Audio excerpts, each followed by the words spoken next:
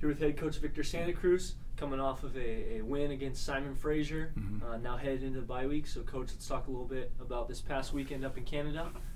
What did you see from your team and your guys' first victory? One, grateful to get the win. Make sure that that's always our outcome that we want and we work hard for. I think what I did see from all this is that our guys, they were about the details. They were about the team. They were about doing their job. And so that, as simple as that is, it's a big growth for us as this new program. I mean, we've had so many a new team.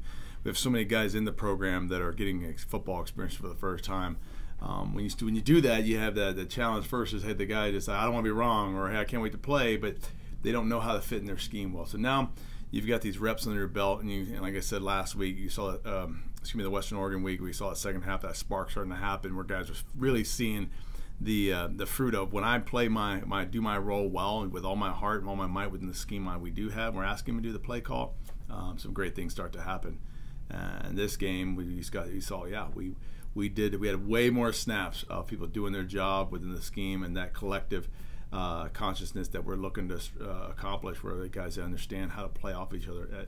It came through, and you saw some big plays come out of that. The big plays will come. If you're chasing the big play right away, you're going to find out you're going to probably start messing some things up. This is the time where we saw guys, they're trying to do the right thing, which is do their job, and then the big plays came at the right times. Yeah, and last Saturday it was 14-12 at halftime, and you guys went out, outscored Simon Fraser 24-0 in the second half. Yeah. What were kind of the things that you believe in the second half really helped you guys? Yeah, the adjustments made is defensively. We blew a couple coverages off those touchdowns. So the answer was, A, don't call that coverage, or B, make sure in halftime you guys really understand what we're trying to do. So it was a combination of both. Offensively, I saw an O-line starting to really gel and starting to play well, starting to play faster and physical.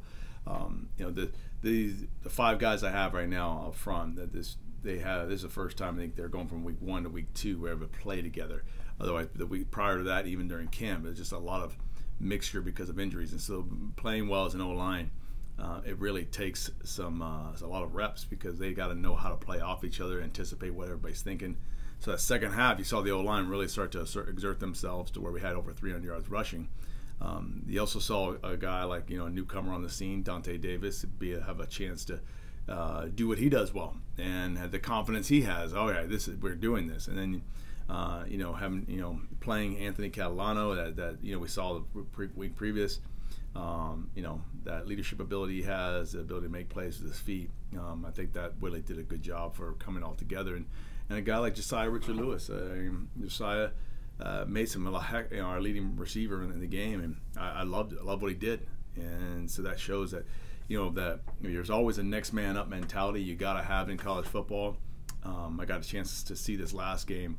These newcomers who are getting their chance, take it and run. And so ultimately, whoever's putting on that uniform, we got to count on them, and that's what I got to see this last game. Shout outs to a bunch of other new guys that played. Jalil Holmes, true freshman, playing a lot of college reps, and he played well.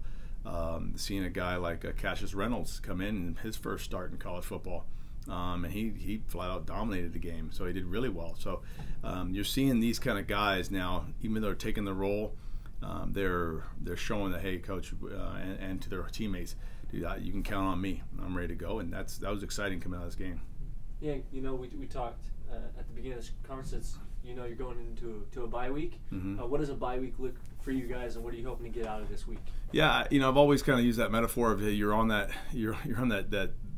journey that going. You're trying to discover new land. You're trying to go and take this team to the deep oceans, the deep seas. I think right now with a bye week for us is when you're in the middle of the ocean, and you're not going to unload any new players, but you got a chance to retool. You got a chance to get healthy, a chance to retool the things that you need to retool that you feel were kind of costless, but you just didn't have the time to put into practicing it. And then you had a chance to really take that youth we're talking about that's in our roster and give those guys some practice time to where they're now they can slow down the environment so they can really take it in and learn. So we got from the healthiness to refining who we are technique-wise and refining who we are scheme-wise. it's huge, and it's a perfect time for that. You know, to be able to have a win under your belt, to have some new vision for what the back half of the season is going to look like. This bye week is perfect timing. Thanks, Coach. Congratulations on the win. Thank you. Have a great week. Thank you very much.